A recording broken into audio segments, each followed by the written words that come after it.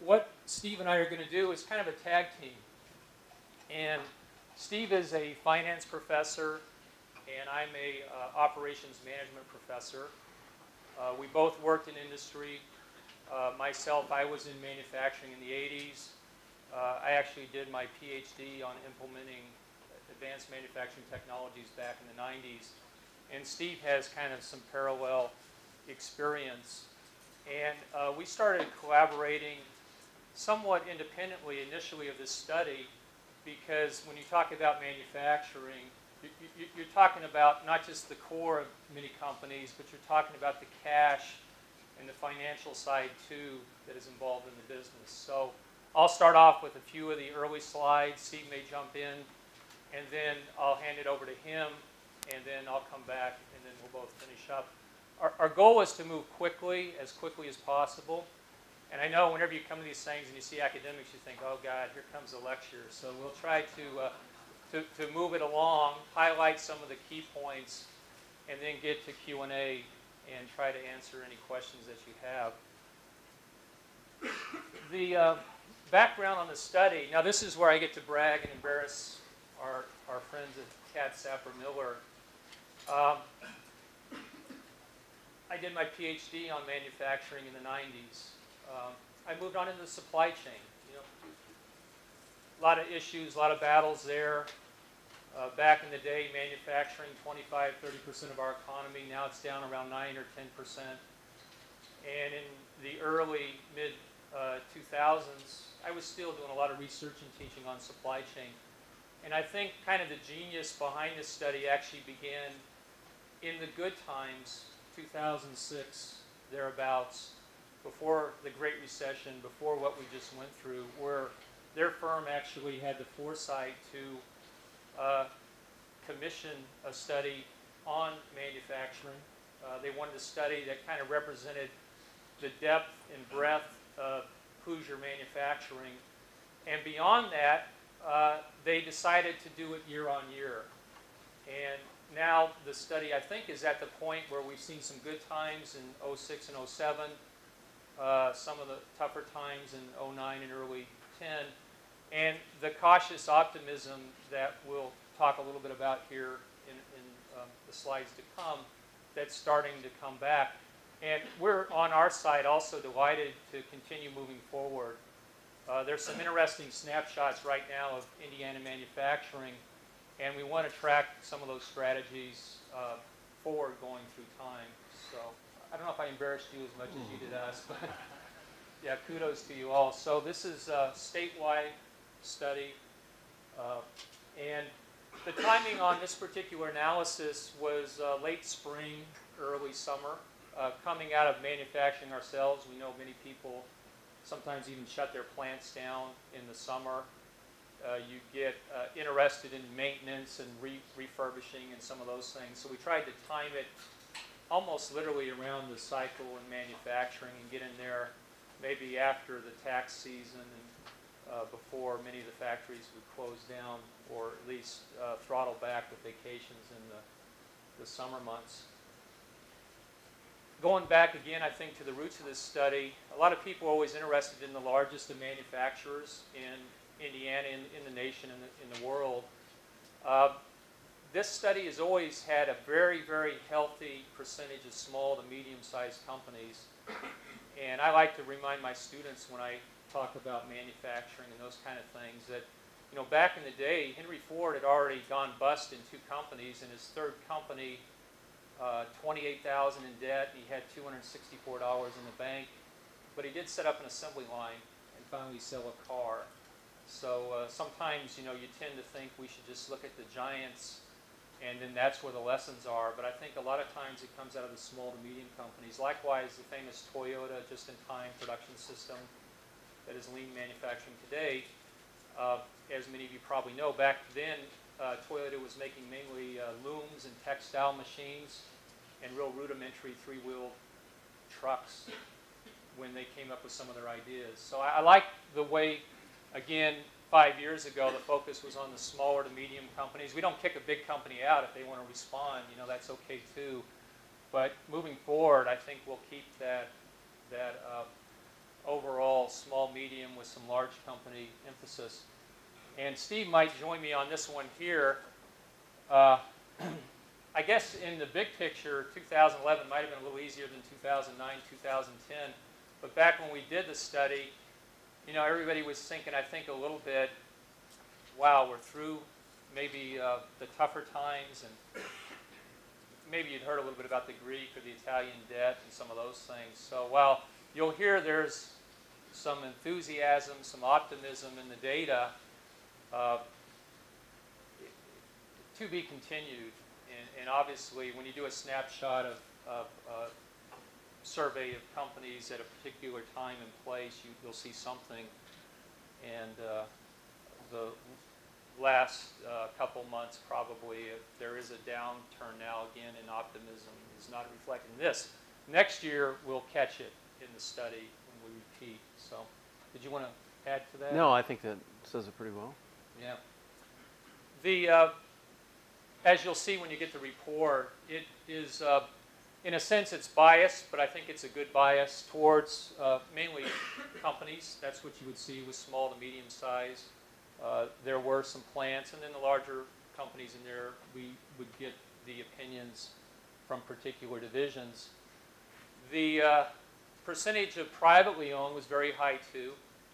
Oftentimes small to medium companies are privately owned. The 5% or so that was publicly traded, you know, when you think about it, like, you know, try to list 25, 30 publicly traded manufacturers, and you know, Rolls-Royce and Cummins and those kinds come to mind. But really the bedrock, I think, in not just the state, but probably in our overall economy, are these small to medium-sized companies that are involved in manufacturing, and sometimes they grow up to be a Ford, or they grow up to be you know, a Toyota or some larger organization. This is one of my favorite slides, and I'll tell you why. It was because probably about the same time we had this data on our computer screens, there was reports coming out that Indiana in 2010 had third highest growth in GDP in the United States, and we were behind North Dakota, and they have the energy and, you know, natural gas and coal. And New York State, Wall Street's back. And if you saw that data where Indiana had a GDP last year growth of 4.6% and put us in the third slot, when you read into that or thought about it, it was the power, the punch of not, we have agriculture, you know, we have tourism, we have healthcare, you know, we have our share of services, academia and others. But the punch of manufacturing is what I think really put us up there in the top among the 50 U.S. states. And then we're looking at this data and how balanced the sample was. Of course, industrial equipment, automotive, aerospace and defense and others are larger percentages. But we actually had some clothing and fashion. I mean, if you think about like a Vera Bradley type of a company, there's some industries that you might think that is just totally lost to America and U.S. manufacturers. But again, things like furniture and then sports and leisure. And of course, we have our slice of high tech and others. And that is reflected in the data. So it's not just a little snapshot of one sector. It's quite a broad spectrum of Indiana manufacturing. This is maybe as excited as we were looking at that slide, that analysis, when we got to this one, you saw a little bit of a different picture. And the story is basically here. Of course, we surveyed Hoosier manufacturers, so the manufacturing is located here. The blue is where they're customers, and they're either mainly in Indiana or the other 49 states. And only about 1% is overseas. And if any of you were at Congressman Joe Donnelly's manufacturing summit earlier this year, I think it was back in February, that came up in about the first 2 or 3 minutes. And it was a room like this full of people very interested in manufacturing. And almost immediately it came up like, how do small, medium-sized companies, maybe even big companies, sell abroad? You know, great, so we can sell, make and sell products to each other, but how do we get that broader punch and sell back overseas. And of course that figures into the trade deficits and you know, there's the issues with the strength or weakness of the dollar and those in there. So it's hard to say, is that good or not? I mean, for Indiana, we, again, have a healthy percentage of companies selling elsewhere in the U.S., but it looks like that 1% struggling to sell outside is probably more an issue for policymakers and others to continue to look at.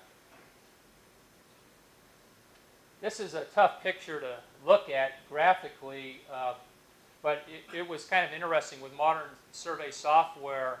We had a question embedded in there, if you participate in the study this year, that said, are you going to open a manufacturing facility in the next couple years? And if you tick yes, it took you over to this. It looked a little better on the computer originally, but it's what they use in marketing, a heat map.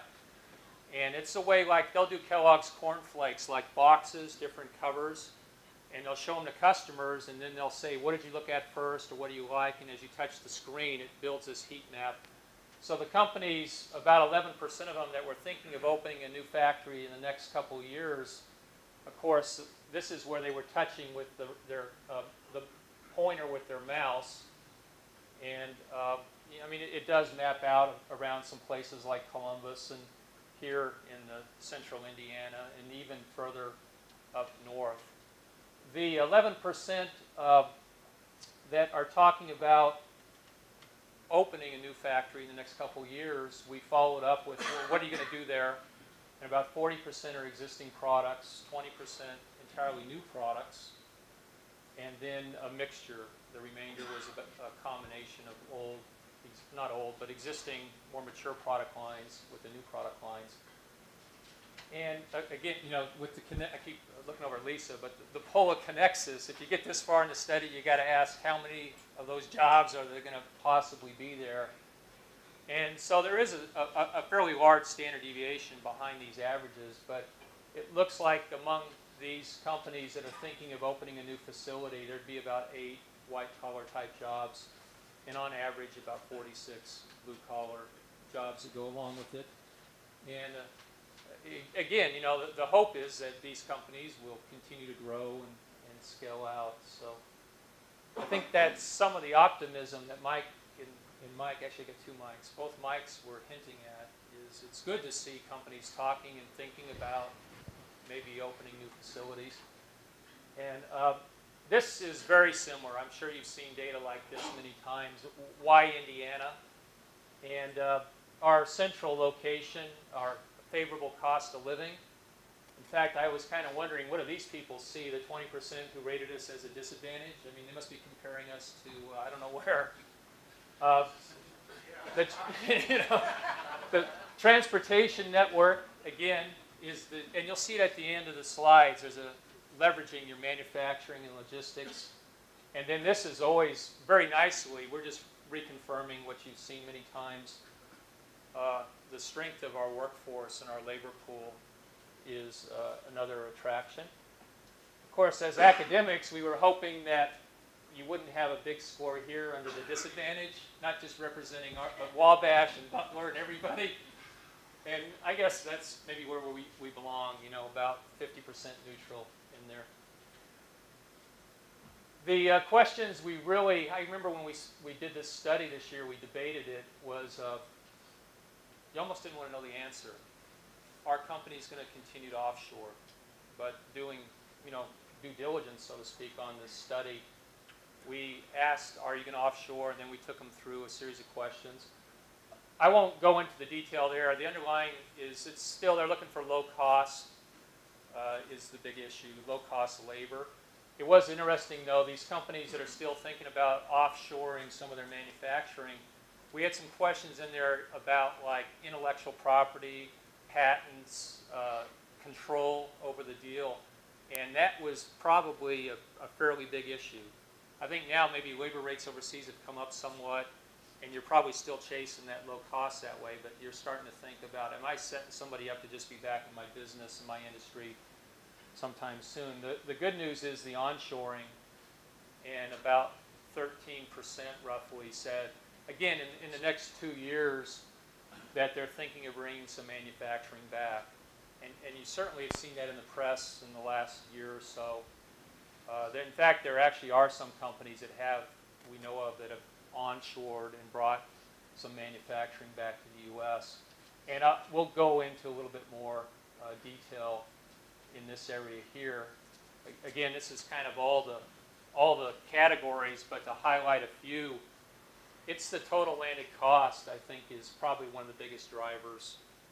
And yeah, great, you can get, 15, 20, 30 cents an hour labor abroad, but when you add in the cost of transportation, the delays, the inventory holding, many of these other things, perhaps duties and customs that come along with it, and maybe some damage during the trip, when you look at the landed cost of it all, it maybe wasn't quite the great deal that you thought it was going to be. I have a student team now, I can't say their name, but they're working with a local company that outsourced all their manufacturing a few years ago. And now they're getting stuff coming back in, and a lot of it has defects. And in fact, Monday after class, the students said, we have this problem with the study. And I was like, oh, what is it? And they said, we have 100,000 lines of products that this company has received from Asia in the last year. And there's a lot of defects and stuff. And they're having to, take a look at some of that stuff, and probably in their mind a few years ago, when it made so much sense from the finance perspective to outsource it all, now the operational reality is kicking in. Control over production, and then closer to customers is the other, I think, two fairly large drivers. The skill of our workforce, some of those things also come through down in there, and some of the security threats. And at this point, I'm going to throw it back over to Steve and let him talk for a little bit about the finance, and then I'll get back on the stage. Thank you, Mark. Well, Mark and I make up probably a somewhat unusual academic team, in the sense that in academics, most of us live our life within departments that are basically silos in terms of being a specialty in a functional area. And I'm in finance, as Mark mentioned, and he's in operations and supply chain. But we have the advantage that although we teach for Kelley, we're on the Indianapolis campus here at IUPUI, and we don't have a departmental structure within that unit of Kelley. We have what we call an integrated structure. So the faculty is encouraged to work together across disciplines. And so Mark and I got to know each other over the last several years, and realized we had a common interest in manufacturing. I've taught the corporate finance class at Kelley for quite a long time, as well as financial management. And Mark was talking a little bit about outsourcing, and it had struck me that some of the outsourcing decisions I had seen made, it wasn't clear to me that the decision makers had really taken into account all the factors properly. And I really sort of wondered about some of those, and our discussions on that issue led to, our discussion on a broader set of interests related to manufacturing, and the overlap between financial decision making and what are operational type problems. And then, fortunately, the opportunity to work on this survey came up. In regards to the finance part of the survey, I think most of the questions are asking about the experience the firms had over the 2009-2010 period. So this is basically post-financial crisis, but right in the middle of the Great Recession. And not surprisingly, then we saw about 47% of the respondents indicate that their economic performance in terms of profitability had been quite challenged in the last 2 years. About a quarter indicated that their performance had been healthy, which I was actually surprised it was that high, given the economic circumstances of that period. And then just a little less than a third indicated that their economic experience had been at least stable over that period. And not surprisingly, most of the firms in the challenge category were firms that are in pro-cyclical industries like auto or furniture or what have you, where more of the firms in the healthy category were in some type of industry that had some relation to health care, where they were producing a product that was used in the health care industry. And then there were some others, such as food and beverage also stood out as one of the larger industries showing up in that healthy category, which of course food and beverage would typically be considered a defensive industry that would not suffer too much in a downturn. In terms of some performance on a couple of different metrics here in terms of revenue, and here we basically asked them to compare 2010 to 2009, and we saw, I think, a pleasant surprise in the sense that on average they indicated 13% increase in revenue from 2010 relative to 2009. There was, of course, there's a variation there. The highest was 75% increase over that one-year period, where one firm, on the other hand, lost more than a third of its revenue. But again, the average there is positive and been pretty significantly positive. The net profit margin sort of tracks along with the revenue number. We see that net profit margin average was 15% increase from 2010 over 9. And again, we see some variation there. Capital expenditure, this is one I think that bodes well for the future. We see that there's a 14% increase in capital expenditures from 10 over 9. And again, significant variation there, but again, some firms making major capital investments. And this sort of comes out later in some of the questions that relate to financial strategy and business strategy. In terms of working capital, the taller bars for the respective colors are the means and the shorter bars are the medians. So what we see is that, probably the shorter bars actually are more indicative of what's going on, because a few of the challenged firms that were really bordering almost on financial distress ended up skewing the means up, so they're much higher than the median. So there on the left-hand side, for instance, raw materials inventory in terms of days, the mean there is 44, but the median is 25. So a median of 25 would really be considered pretty normal for a sample like this. Work in process inventory, again, the mean is much higher, 35 relative to a median of 20. Finished goods inventory, again, the mean 41, but the median only 15. Days sales outstanding, 49 there is the mean, but 38 is the median, a little bit higher than you might want to see as the median, but still not out really too high. Days payable outstanding, 46 versus 40. Again, that 40 is fairly high. So these working capital numbers obviously indicate that it's been a challenging period, but they're not really that surprising given how difficult the economy was for most of these manufacturers in 09-10.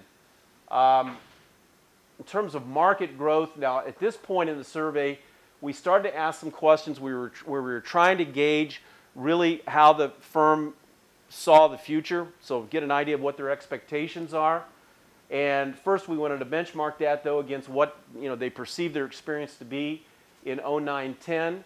And basically here now, if a firm responded with a 5, that it would indicate that they saw their market. In this market we're talking about here, this is the product market that they compete in and how they perceive the growth in that product market. 5 would be rapidly growing, where 1 would be down here where it's declining rapidly. So interestingly enough, in 2009-10, what we came out here with is a number very close to 3, just slightly below it, indicating pretty much constant or just a very slight decline in growth. In 2011-12, though, now the expectation is that this is going to accelerate. Now, this, on the other hand, though, this is some of the cautious optimism, but as Mark said, on the other hand, this survey was done in the spring and summer, and things may have changed somewhat in the fall given the European debt crisis. So that could slow down some of the recovery that otherwise might be suggested here by this type of a number.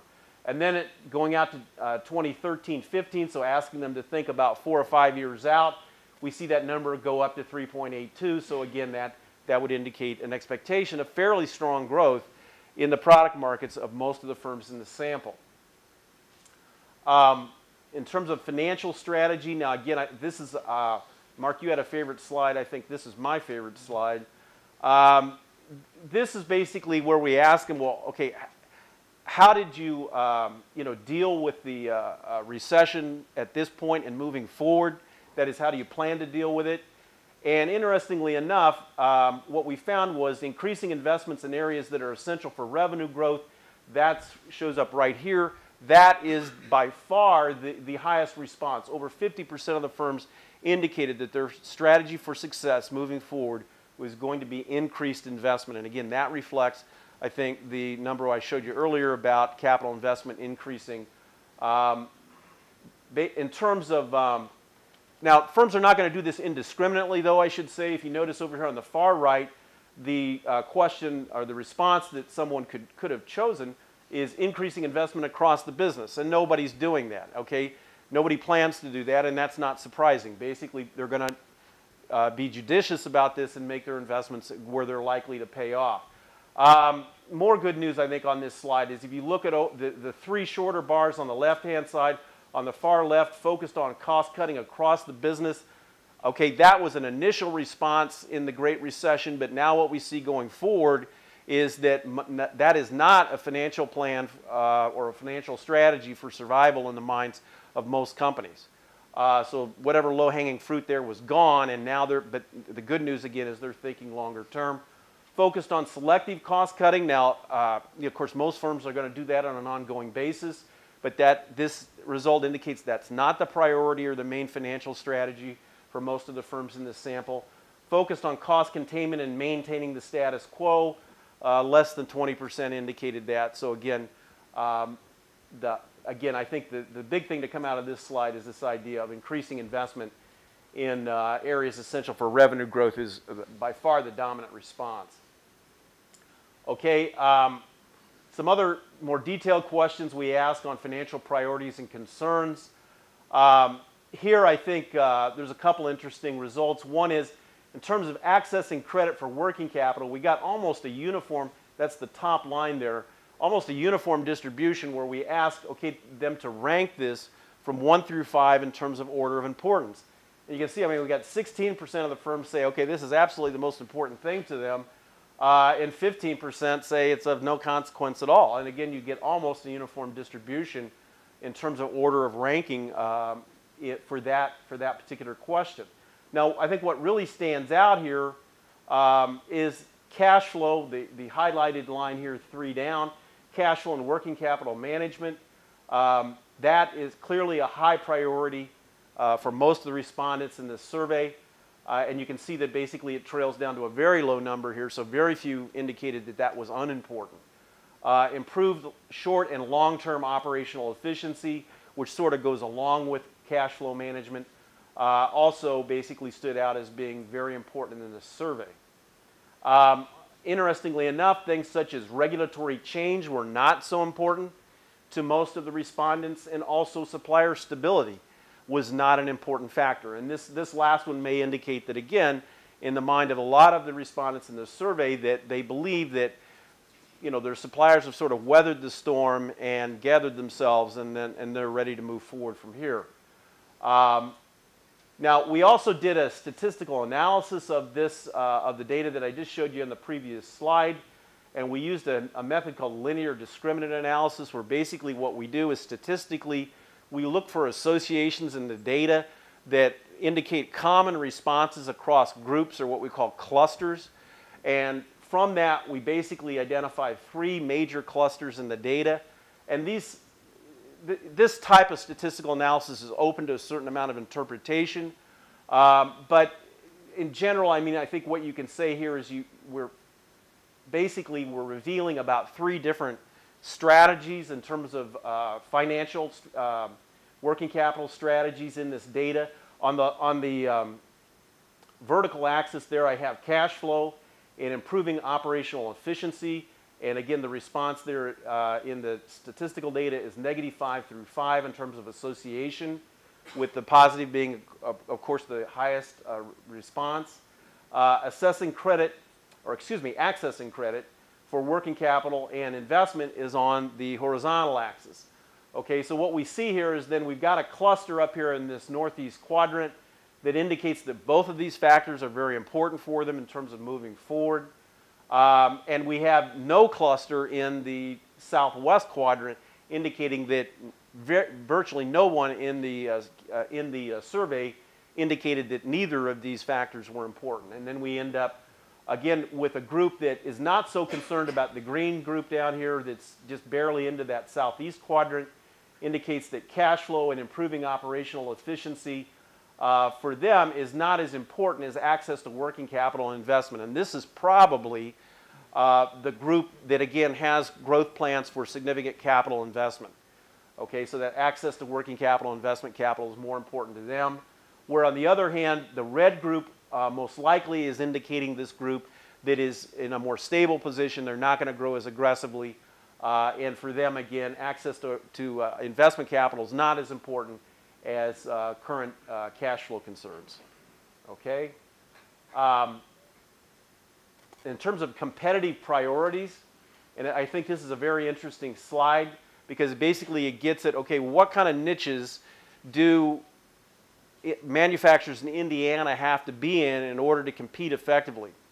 And, you know, we look here and not surprisingly, I suppose, that lower selling price ended up being less important in terms of the ranking than most of the other factors here. So, for instance, the highest response rate comes in superior customer service. So again, not surprisingly, Indiana manufacturers are going to have to provide that superior customer service. That's an area where they can compete on and be successful, where I think most of them are probably already into product lines where, again, although price is relevant, it's important, it's not a dominant factor, okay? Fast and reliable delivery, of course, would be related to customer service. That one also shows up as being very important. Also indicating, I think, Mark, you would agree that the shorter supply chains that firms in Indiana may be able to offer, given our logistical advantages, again, can be something that they can work to their advantage through this location. Superior product design, also important, not quite as dominant as customer service and fast and reliable delivery. And then, again, not surprisingly, superior product quality also shows up here as being very important, actually almost as important as customer service. Okay? So again, I think there we're looking at you know, innovation, and probably also back to your point, Mark, about the problems in the firm that your students are consulting with right now, where there's tremendous reject in products coming in from Asia. Firms that, you know, in industries where that type of reject rate can't be tolerated, that's where firms from Indiana are going to have an advantage. Again, we did a cluster analysis on that data as well.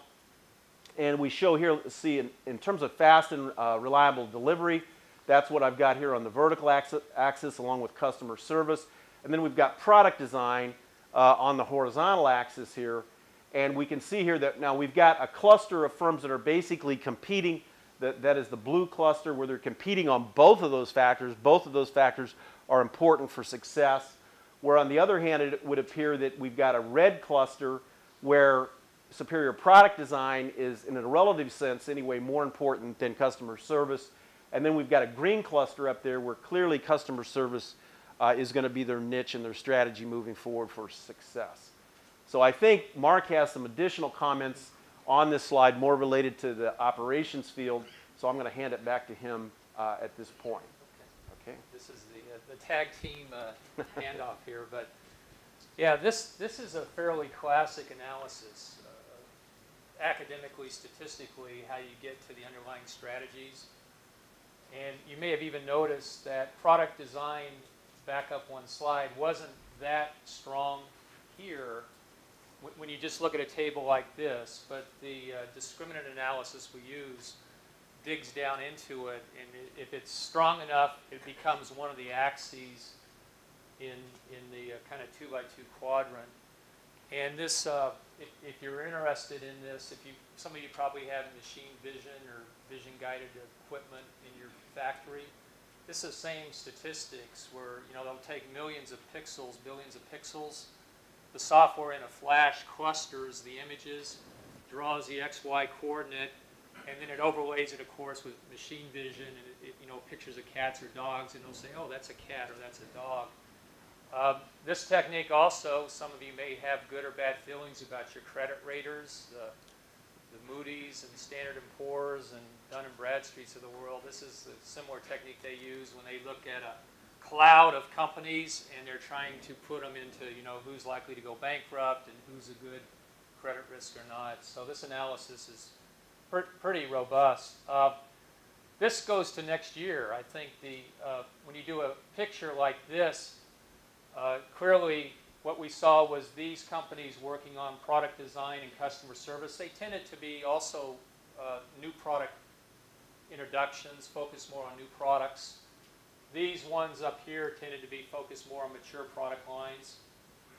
We don't honestly really have an answer right now for this one, but when we repeat the study next year, we might see this cluster, this strategic group, migrating possibly that way or not. And if a fourth one emerges, oftentimes when you do this, there's usually a low cost. Probably almost impossible to do that now in Indiana American manufacturing to really occupy the low cost position. But next year when we do the same analysis, maybe a fourth group will pop out. A little bit kind of digging down into the manufacturing side, so stepping down a level or so in detail. 72% make to order.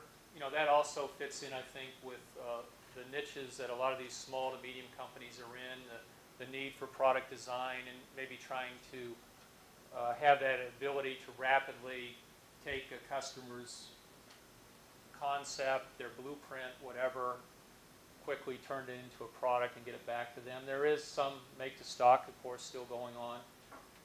In terms of production processes, historically, I think when you look back across studies like this back into the 90s, and I've even looked back into the 80s, you might have seen a bit more batch production back then.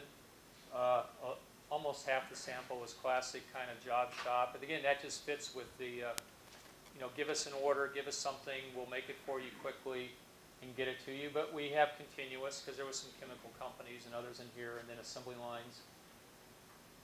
I think this was probably some of the funner stuff as an academic, getting ready for these questions. And we toured a number of manufacturing facilities, getting their thoughts on what really represents state-of-the-art in Indiana manufacturing.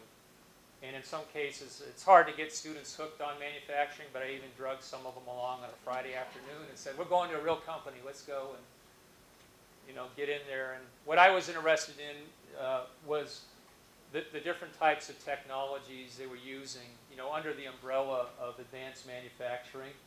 It's a bit of a busy slide. You'll see these similar information in the report here when you get it shortly. Obviously, the traditional CNC, computer-aided design, coordinate measuring type of technologies were fairly well represented. Lasers and some of those things. On the other end of the spectrum, not many companies working with novel materials, and some of the rapid prototyping was a little bit in the sample. But what we did is then take all that data for all those responses, and then we wanted to combine that together with the programs that usually go along with these technologies. And of course, many of you, I'm sure, involved in lean manufacturing or Six Sigma, possibly both, or maybe you're calling it even Lean Six Sigma. And then apprenticeship programs, training new workers. You know, where are those young people that are going to come into these factories? If we're 10% of the samples opening new factories, you know, in the next couple of years, you need that inflow of new skills. And what we wanted to do was get the same picture and just put them on a grid of the advance, or of course the buzzword this year, I think it started this summer, President Obama launched about a $500 million initiative he's calling 21st Century or Smart Manufacturing. It's also showed up in the business press as smart manufacturing. So advanced manufacturing, I think, is getting rebranded as smart manufacturing, which is on that axis.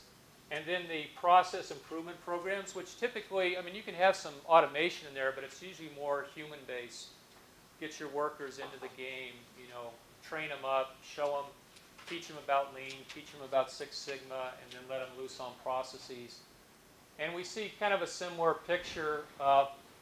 There are companies who are moving out more in this direction on the technologies.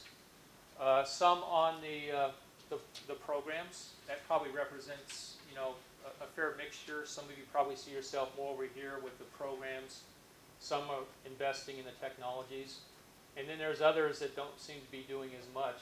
I would imagine over time, because there's not really a clear breakout, but I wouldn't be surprised in the next couple years to see this either moving up or that migrating in there.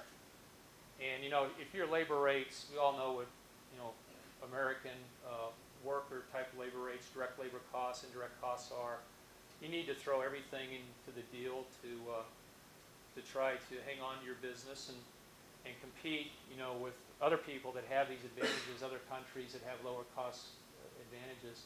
We had a lot of performance measures in the data or in the survey, and at this point in the analysis, we started looking and kind of comparing some of these strategies to performance.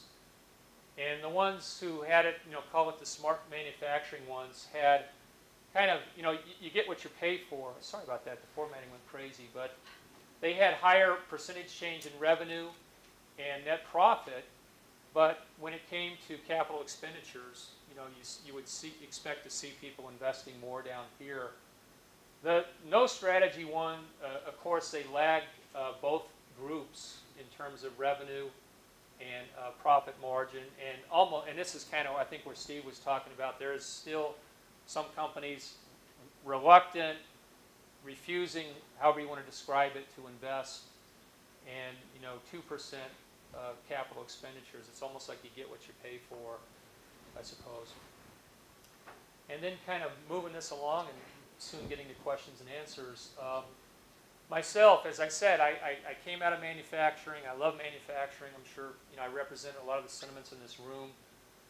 Got sucked off into that supply chain thing around the 2000, you know, let's go look at Amazon, let's go look at all these other interesting .coms, and kind of migrated away from it. But in this year of the study, we decided to bring supply chain back into it.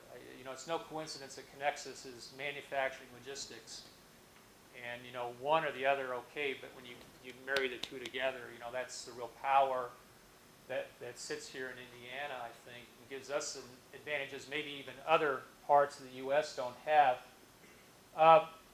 We asked them about what they're doing with their suppliers and customers, and we kept it fairly simple. I think next year we may expand the supply chain side a little bit more in the study.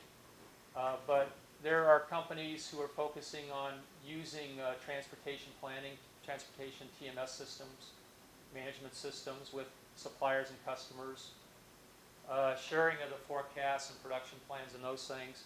And again, the goal in these kind of questions is to get to this type of an analysis, which is a little richer, a little deeper. Now, this was kind of a curious one because it says it in the report. We didn't put it here, but about 51 or 52% of the companies don't seem to be really looking at much at transportation, you know, marrying your transportation network, your infrastructure, getting your carriers involved, as well as coordinating with your suppliers and customers. To me, that's a bit troubling. I mean, you're in Indiana, take advantage of it. You know, really integrate with your suppliers, integrate with your customers, and definitely get the people who are taking your products in and out of your factories involved. There are some who are doing both, and then there's one that's focusing. It seems like Americans, we oftentimes really like to do the technology things, so there's companies that are focused in that area. And then performance, though, was kind of staggering, and these people that aren't marrying the supply chain with manufacturing, call them the no strategy or the laggards, whatever. Much higher customer complaints, 88 days, you know, think about inventory turns, a month and a half of inventory. Kind of makes sense if you're not coordinating with your supply chain and worrying too much about getting it in and out. And then the ones that really are leveraging the supply chain, You can never be perfect. 6% customer complaints on average, and about 2 weeks finished goods inventory. So I think that's a fairly important takeaway. And to just summarize, I think we're doing pretty good here for Q&A. Easier said than done, but you know, think about your strategy. Get a strategy if you don't have one. Probably, again, we'll track these things forward in time, but if you have new products, new product introduction is where your business is focused. You got to have the sharp design capabilities, but you need to have the delivery, customer service. If you're in an industry that's a bit more mature, your product line's stable, the pipeline's full, as Steve, I think, emphasized nicely, the customer service is important, as well as, again, you have to deliver with quality. The pathway forward, I think, I don't want to, maybe it is as simple as invest in your people and invest in technologies. I'm sure there's mixed emotions in the room around these philosophies like Six Sigma and Lean. What we see in the data is, you know, love them or hate them, or you don't like the Six Sigma phrase, those kind of things. The apprenticeship programs are in there too. You need to think about investing in those. And then the technologies, I think, again, the initiative, you can go Google it up, smart manufacturing. I think the White House press releases were early, right around the 4th of July, early this summer. And it's exciting stuff. They've tapped into a number of universities. They formed a committee. I forget the CEO of, I forget, it's a large, like, Fortune 50 company is heading up it's not just a government thing, it's industry and academia a little bit, and then it's the government. And this smart manufacturing will involve technologies as well as materials. And it is a bit of a zero-sum game. You know, somebody's going to make the deal, somebody's going to get the market share, somebody's going to win the profit out there in the global economy. And American, and of course Hoosier manufacturers are going to have to really dig in and take advantage of the new emerging smart materials and methods that are involved in that area.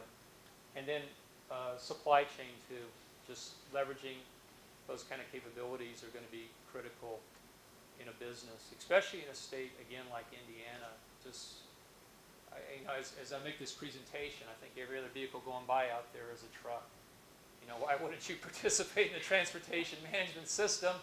Get your trucks in a little earlier, maybe you get a better deal on the freight or something like that. Next year's study, probably the same time frame. I think that's always kind of a sweet spot in manufacturing, recognizing the kind of calendar many manufacturers operate to. We'll keep a focus on small to medium-sized manufacturers for sure. We may also go chase a few larger companies and get them in. We may have to separate those out in the data, because when you start mixing, you know, $30 billion companies with $30 million companies, it can skew the picture a bit. And there's been an interesting kind of debate, I think, among the different collaborators on this project about what's going on in other parts of the U.S. It would be interesting, we think, to compare, you know, I mean, you hear it in the press all the time, you know, the Texans comparing themselves against the Hoosiers. And certainly there's interesting manufacturing going on in Seattle and Washington around, you know, Kenworth and PACCAR and Boeing. There's pockets or pools of manufacturing, if you will, in the Carolinas, in Georgia, and probably, or even actually still out west, you know, in Arizona and Nevada. So we have a student team. One of the luxuries of being professors is you can kind of, your students have the enthusiasm, but they don't know what to do, and so we have them working on an independent study now, identifying pockets, strong pockets of American manufacturing. And our kind of vision next year is to not just do this study here in Indiana, but also get it out to other pockets, and so we can start to, you know, really see, you know, are we as good as we think, or maybe we're kidding ourselves. Gosh, we're 3 minutes ahead of schedule. So that's scary when your speaker actually, when a professor actually comes in a little ahead of schedule, but here we are. So we'll stop talking at this point and answer questions or get your thoughts. Sure. I have a question, and maybe this pertains to comparing this survey to your past surveys, but did you get any feedback in terms of how the competitive landscape has changed because of the recession and so forth? Obviously, the automobile industry went through tremendous change over several years period of time since manufacturers here supply that industry. Did you get that type of perspective from your survey? How it's changed? People dropping out, or new strategies to pursue? Or? Yeah, I think what we did is we went back and we carried some measures forward from the years, and then we added some new things like the onshoring, offshoring part was new this year. I find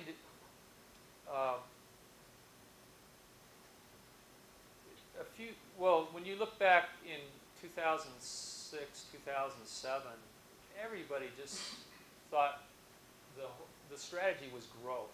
Even if you took on debt and leveraged yourself, it was strongly around growth. And then the shock in the late fall of 2008, and y'all remember the first quarter or two of 2009, when your banks, you know, cut you off from lines of credit. That was when GM and Chrysler and others were taken over and bailed out, and the total gridlock. So when you compare what we have back to almost 25 or 30 years of just growth mindset, and then the shock a couple years ago, it's almost hard to compare the periods. I think, if anything, now we didn't necessarily see, I think, people bail out of this study.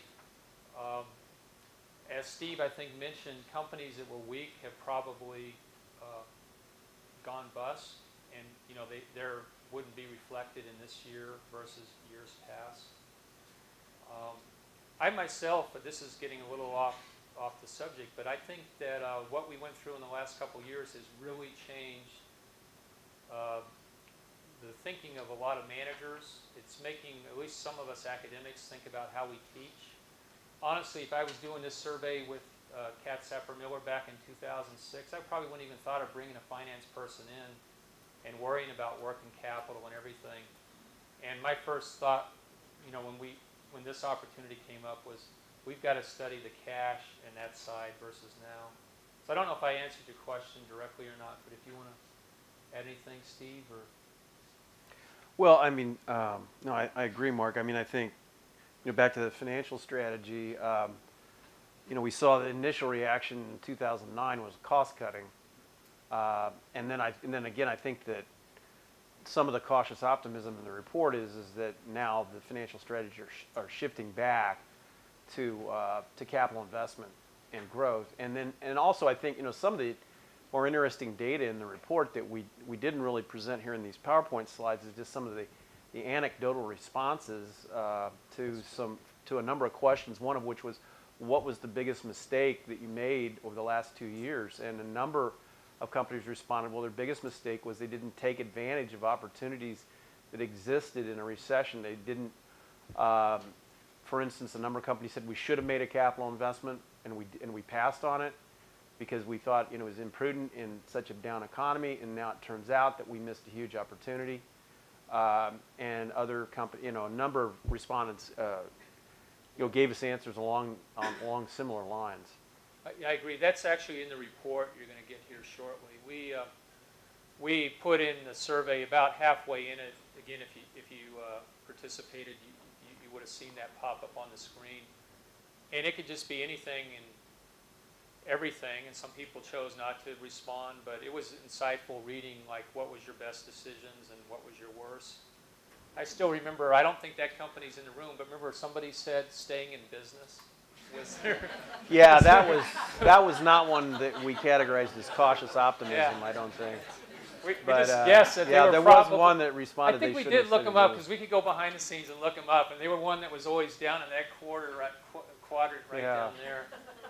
But there was some very interesting, you could see like the smart manufacturing. I mean, people were like, some of the comments were like going to auctions and Yeah. buying up great used equipment as a Right. deal. Right. It's almost like you could see people were loading up on technologies at the fire sale, so to speak, a couple years ago.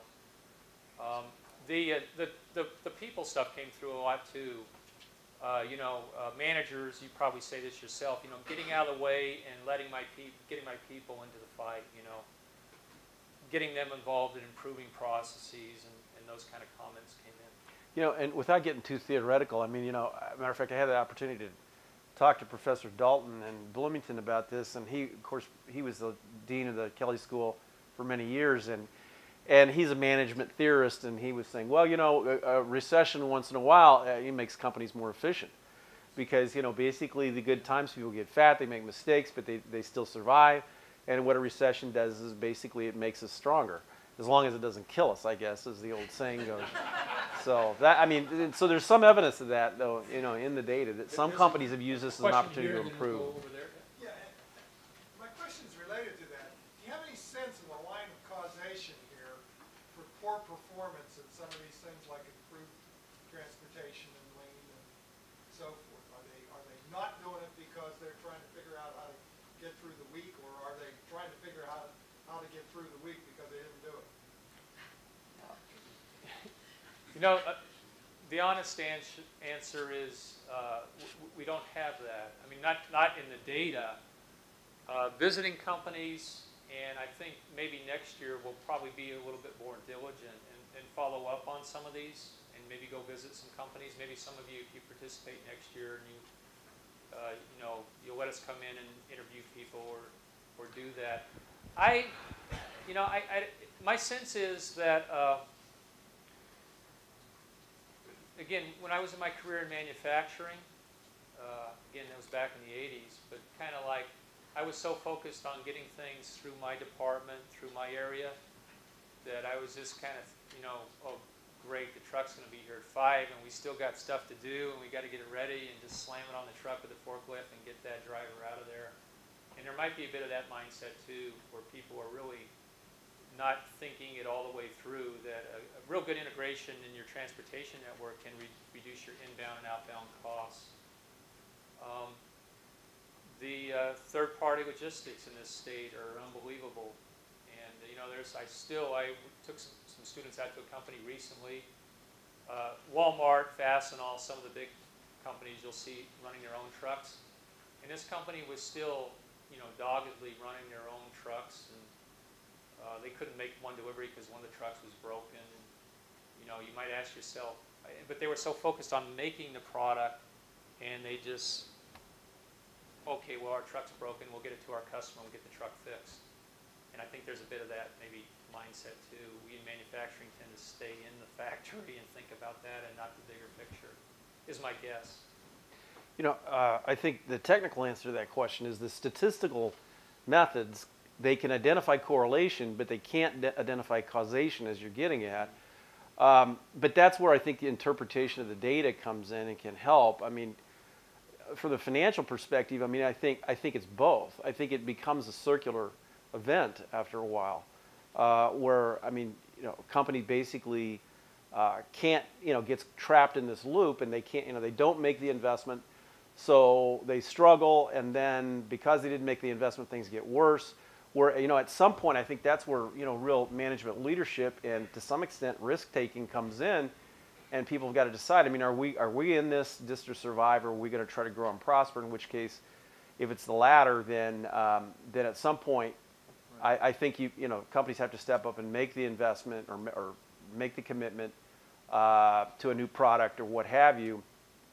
And so I guess I would see that as circular. Yeah, there was a question. Yeah, sure. One issue that we see with our clients and even within our own company is the short-term and long-term shortage of skilled workers. It's easy to go out and find a guy that can push a button and load a part and load it or load it, but find a guy that can actually engineer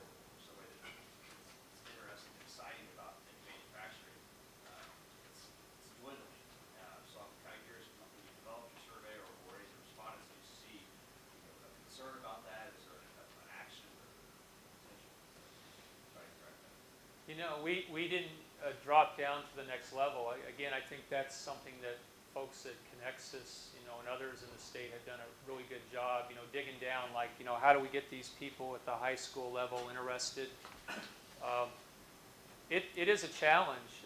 I can't say, well, we're from, you know, Indiana University. We talk to academics in other schools here in the state, and you hear the same story all the time, you know.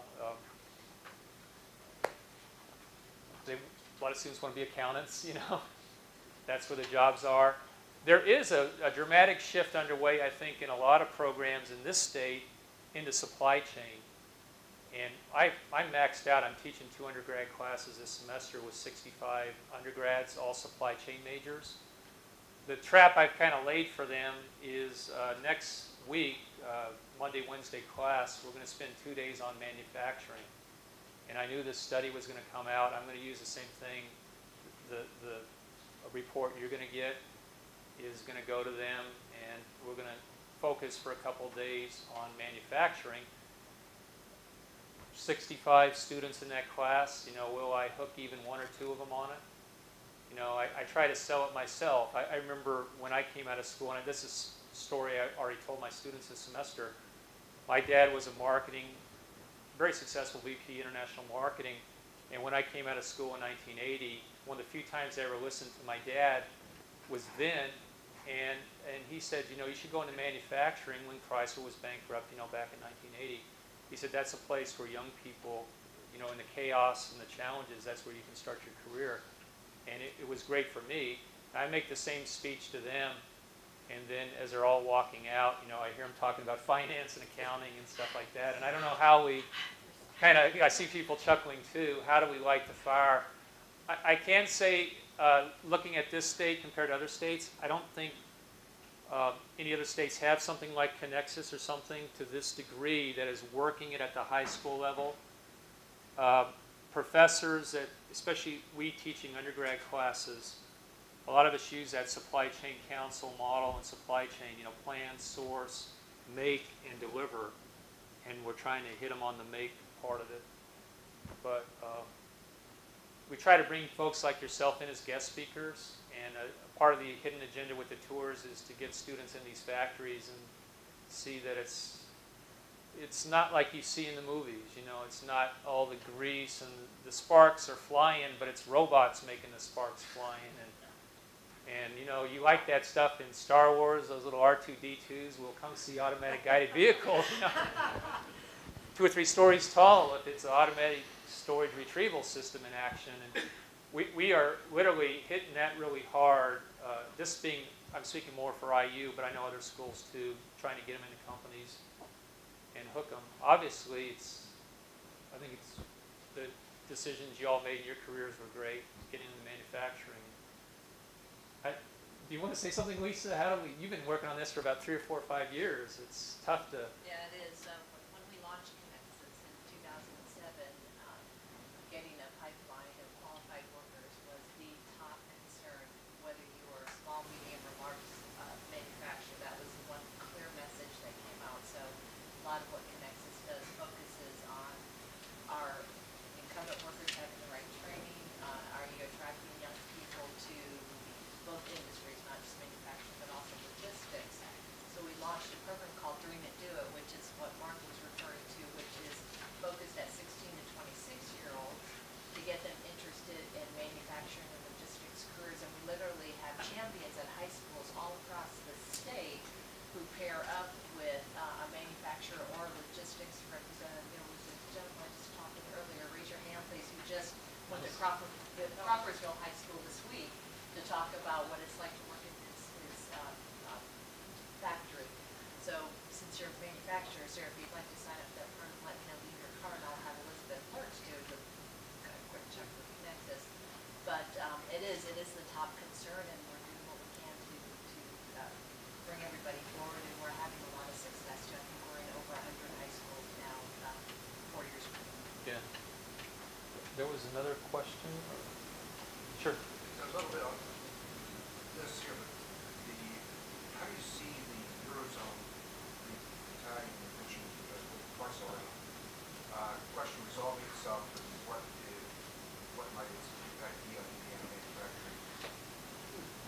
when you get a question like that, the best thing to do is to kick it over to you. Well, what do you think, Steve? Great question. What do you think? And I can hide behind the podium too and get out of the blast zone. The problem with the euro is that from its conception, it was really a problem, quite frankly, in design, because it's difficult to have a common currency across sovereign countries that control their own fiscal policy uniquely.